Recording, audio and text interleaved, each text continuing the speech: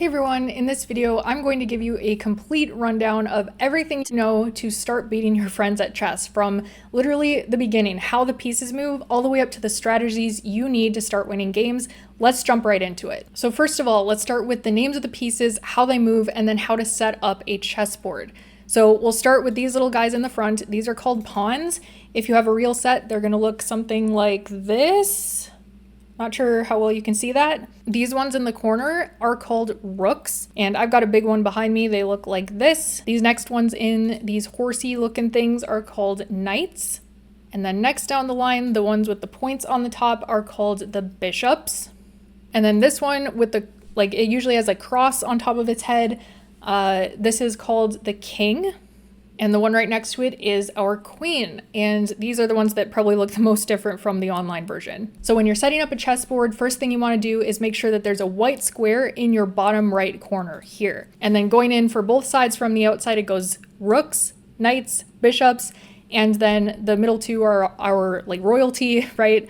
The king, and then the queen is always on her color. So the white queen is on a light square and the black queen is on a black square. So starting off, let's look at how all these pieces move. So these rooks, they move in straight lines. They can go as far as they possibly can go until they run into a piece. If they run into one of their pieces, then this rook could only go here. And if they run into an opponent's piece, then they can capture that piece. And you capture a piece by stepping on top of it. And if you're playing on a real board, you take your piece and you put it on that same square, and then your opponent's piece goes off to the side. So the rooks can go in straight lines in any direction. So, north, south, east, west, as far as they possibly can go. Next up, we're actually going to do the bishops because their movement is a little bit easier to explain in relation to the rook. So these guys go on the diagonals, okay? So again, in any direction as far as they can go. Like with the rooks, if they bump into one of their own pieces, they have to stop a square before. And if they bump into an opponent's piece, they are able to capture it. And you don't always have to move these long range pieces as far as they can go. Say there's a pawn here, we don't have to go capture this. We can move it just one square. Or if it's on this diagonal, we can, move it 2 squares or 3 squares, just however many squares you want to move it. So next we have our knights. And these are kind of the weird ones that can be a little bit confusing when you first start out. They move in kind of an L shape. So, 2 squares down, 1 square over, and they can do this in any direction. So if I'm clicking on it, these are all the squares that this knight could go to all around it. And the knights are the only pieces that can jump over other pieces, but they're not long range, right? So they can only, if it's our turn here, we can only go to one of these squares on our turn. So we could go up here, we could go up here, but it's a little bit more of a short range piece. And then next we have our queen, and the queen is the most powerful piece on the board. The queen can move in any direction, same as the rook and the bishop combined, okay? So in straight lines, right, as far as it can go, and also on the diagonals as far as it can go. And again, like I said earlier, it doesn't have to go that entire distance, but it can, and that can be very important as you're playing the game, of course. But just to review, the queen is not like the knight. It can't jump over things. So if we had 2 pieces in a row here, it wouldn't be able to jump over this knight to grab the rook. It would just be able to capture the knight. So next we have our king, and the king is, I would say, probably the least powerful piece on the board, unless we're talking about pawns, but basically the entire game is about protecting your king. I'll talk about that more in a little bit, but the king is really the most short range piece. It can only go 1 square in any direction, so just like the queen, but only 1 square at a time. So it's kind of limited to this little circle around it. And then finally, pawns. So the pawns are all gonna start on this 2nd rank or this 7th rank, and the pawns movement is probably the most confusing. You might think it's the knight, but wait till I get you started on pawns. So let's move this pawn to the center. From its starting position, the pawns can move forward 2 squares or 1 square. After it has moved once, it can only move forward 1 square at a time. So if this pawn is on the square D2, it can move forward 2 squares. But now that it's up here, we can only go 1 at a time. And the way that the pawns capture is they can't capture directly in front of them. They capture off to the sides. So if there was a black knight here, they would be able to capture that. But if there's a rook here, they cannot capture something that's right in front of it. And another thing is that pawns can only move forward. All the other pieces can move all the way around, backwards, forwards, side to side, wherever they want to go. Pawns are only marching forward. And the exciting thing about pawns is that once they reach the back rank, which is this one all the way on the other side of the board, for black's pawns, black is going down this way. Once they reach all of these squares, right? I don't need to highlight them all. It can promote to any other piece except the king. But usually we want to get a queen because the queens are the most powerful. So once it goes all the way up here, then we would be able to replace it on the board with a queen. And if you're playing online, it'll give you a little pop-up that gives you all the piece options that you can replace it with. And if you're playing over the board, you grab a queen from off to the side and put it there. Or any other piece. But usually people promote to queens, and that's why a lot of chess sets come with extra queens, because sometimes you'll promote, that's what it's called, is promoting a pawn in the middle of the game when your other queen is still on the board. So let's go back to the starting position, and we're going to talk about two special piece movement rules that are also a part of chess and can be a little bit confusing. The first one is called en passant. It's a French word that means in passing, I believe, and it's a special pawn move. Remember that when our pawns are on these starting squares, they do have the option of moving forward 2 squares, and often you'll want to do that because you want to gain space with your pieces as soon as possible. But let's say that black already has a pawn on this square. So once our pawn moves forward 2 squares, then this en passant means that black can capture us here as if we'd only moved forward 1 square. So this only happens when the pawn that's moving forward 2 squares ends up next to the opposing pawn. So if this black pawn was back here, then we don't get to do the en passant thing. So it has to be next to them, right? And then the capture would look something like this. This pawn would come off the board, and it's as if we'd only move forward 1 square. And I'll show you how this looks from the other side as well. Let's say our pawn is all the way up here, and black decides to move their f pawn forward 2 squares. We have the option of capturing en passant here by moving our pawn diagonal, because remember that's how they capture, and taking that pawn off the board. The other special move in chess is called castling, and this is a special combined move of the king and the rook that happens when neither of them have moved and the pieces between them are out of the way. So you can do it with this rook, you can do it with this rook. The king side, which is the side that the king is on, if you're splitting the board in half, is often the faster way to do it because on the other side you also have to move your queen. But let's just make some moves for white here, just get the pieces out of the way. Obviously black is also going to be making moves, but just for the sake of the example, now that both of these minor pieces, we call the knights and the bishops minor pieces, once they are out of the way, then usually the king can only move 1 square, but in this specific instance, because neither the king nor the rook have moved yet in the game, it can actually move over 2 squares and then you move the rook on the other side of it. That's called castling. The reason you want to do this is because often the fighting in the game is going to happen in the center, and you want to keep your king out of the way because if your king is in trouble, then you might be losing the game. Now let's reset the position and let's take a look at what happens if we do this on the other side of the board. So this side is called the queen side because it's the side where the queen is. Same idea. So all of these pieces are out of the way. The rook and the king have not moved yet, and so the king is able to move over 2 squares, and the rook goes on the other side of it. So it looks a little bit different on this side, but it's the same idea. And let's talk very quickly about the piece values. So I said that our queen is the most powerful piece on the board. Technically, the least powerful piece on the board is the pawn, and we talk about piece values in terms of pawns. So pawns are worth like 1 point. A queen is worth 9 pawns, and that's more than we even have on the board. So that tells you exactly how powerful it is. A bishop and a knight each are worth 3 points. So they're the equivalent basically of 3 pawns. And then a rook is worth 5 points. So they're the equivalent of like 5 pawns, or they're the equivalent of, you could trade these 2 pieces, which are 3 each. So that's 6. You could trade those for a rook and a pawn. It's not always a good trade, but you could technically do it. And that really has no bearing on the outcome of the game. It just lets you know what are good trades to make. So for example, you wouldn't want to trade your queen here for just a pawn. So if we were to capture here, now it's black's turn, they get to capture our queen back, and we just took a pawn and black just took our queen, right? So that's not a good trade to make. So doing that math kind of helps you figure out, how you want to capture pieces. And that also can help you generally evaluate a position when you're looking at it, is who has the most material or who has pieces that are worth the most amount of points that are still on the board. So the entire point of chess is to protect your king. If the king cannot escape your opponent's attack, you lose. It doesn't matter how many other pieces are on the board, it's all about the king. And there are some specific terms we use to talk about king safety. One of them is check. And I'm sure, if you're a person in the world, you've heard terms like check or checkmate before.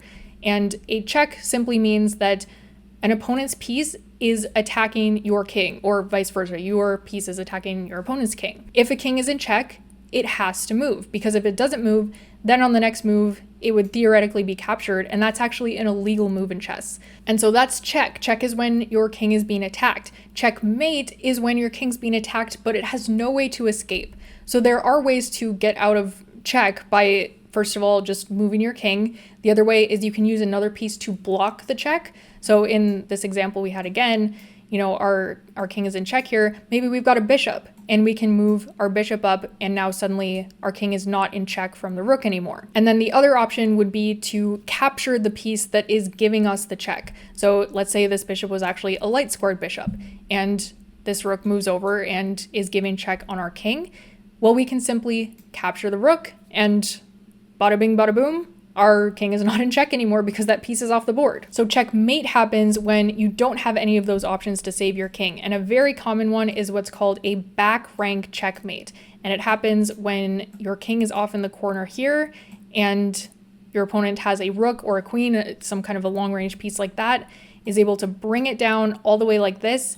See, it's giving our king check, it's attacking us, and all of these pawns are blocking the king's way. Remember, we can't step on our own pieces. If we move here, well, we're still in check, right? If we move here, we're still in check. And so this is checkmate and the game is over. Another construction you can look out for is what's called a helper checkmate. And let's checkmate the black king this time. Again, our queen is a very powerful piece, but a lot of times our queen can't do anything unless it has a piece that is helping it. So both of these pieces move along this diagonal.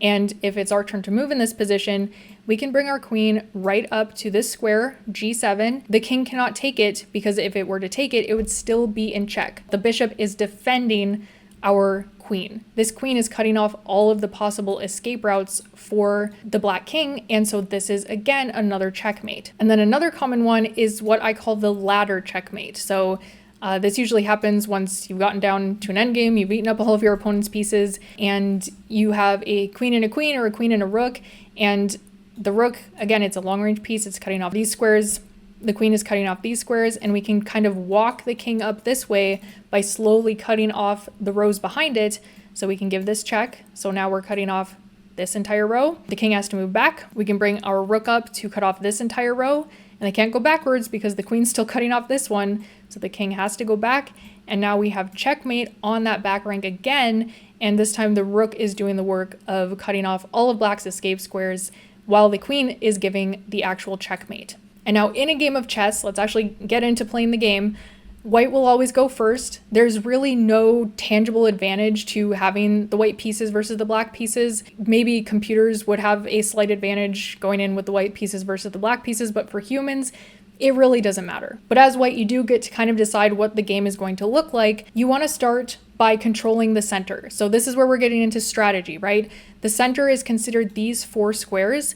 Usually the most common opening moves is to move one of these 2 pawns forward, either the queen's pawn or the king's pawn, 2 squares to gain some central control. So we're not going to start by moving these side pawns, which I see all the time when people are just starting to play chess. I think it's because the movement of the rook is the easiest to visualize, because you're like, oh, it just moves in straight lines. But remember, going back to the piece values, the rooks are kind of valuable in comparison to your other pieces, and a lot of times they're actually going to kind of stay out of the game until a little bit later into the game. So there's 3 phases of the game: opening, middle game, end game. Your rooks are often going to be the last pieces on the board when you're in the end game, in addition to pawns. Pawns and pieces are separated. There's a lot of weird stuff like that in chess. You'll get used to it the more you hear people talking about chess. But like I said, we're going to try and control the center right away. This does nothing to control the center, so we want to move either our E pawn or our D pawn out right away. And from the black perspective, you usually want to meet that with a pawn of your own. That's a very basic way to just gain an equal amount of control of the center. So the black pawn is covering these squares and the white pawn is covering these squares. We've got this headbutt in the middle. These pawns now are kind of at an impasse, and we will build the building blocks, the fence of the position around it. So that's rule number 1 of starting a chess game. You usually want to try and control the center. Even if you don't know any openings, you hear about all of these different crazy opening names, the Sicilian, the London system, the Italian game, the Scandinavian. You don't have to worry about all of that when you're first starting out. You just need to know the basic principles, and that is, first of all, like I said, controlling the center. Second of all, developing your pieces. And then third, getting your king to safety, usually through castling, which I already showed you. So developing our pieces, we usually want to bring out our minor pieces, and a good rule of thumb is that you want to move all of those pieces once before you move any of them twice. You want all of your pieces into the party. Like, you don't want to just be attacking with like one lone bishop. Like, it's not going to be able to do anything. You want to have a full army out there so that you can use your pieces, coordinate them, and surround your opponent's king as fast as possible. And developing your pieces should also be working towards that goal of controlling the center. So, for example, we can bring our knight out here. It's defending this pawn, right? Because that's how the knights move. So if something were to capture this pawn, our knight would be able to capture back. Let's say black just mirrors us. We can bring out our bishop. We want our bishops on strong diagonals. Often, like, this one is a good one because this pawn is quite weak, but let's say our opponent continues development as well. We can bring this knight out, and let's say this bishop comes out. Now we are able to castle, and black can do the same. So we have a pretty symmetrical position here. Both sides have kind of done exactly what they want. Our next step is to bring our other minor pieces out. So we can start with this.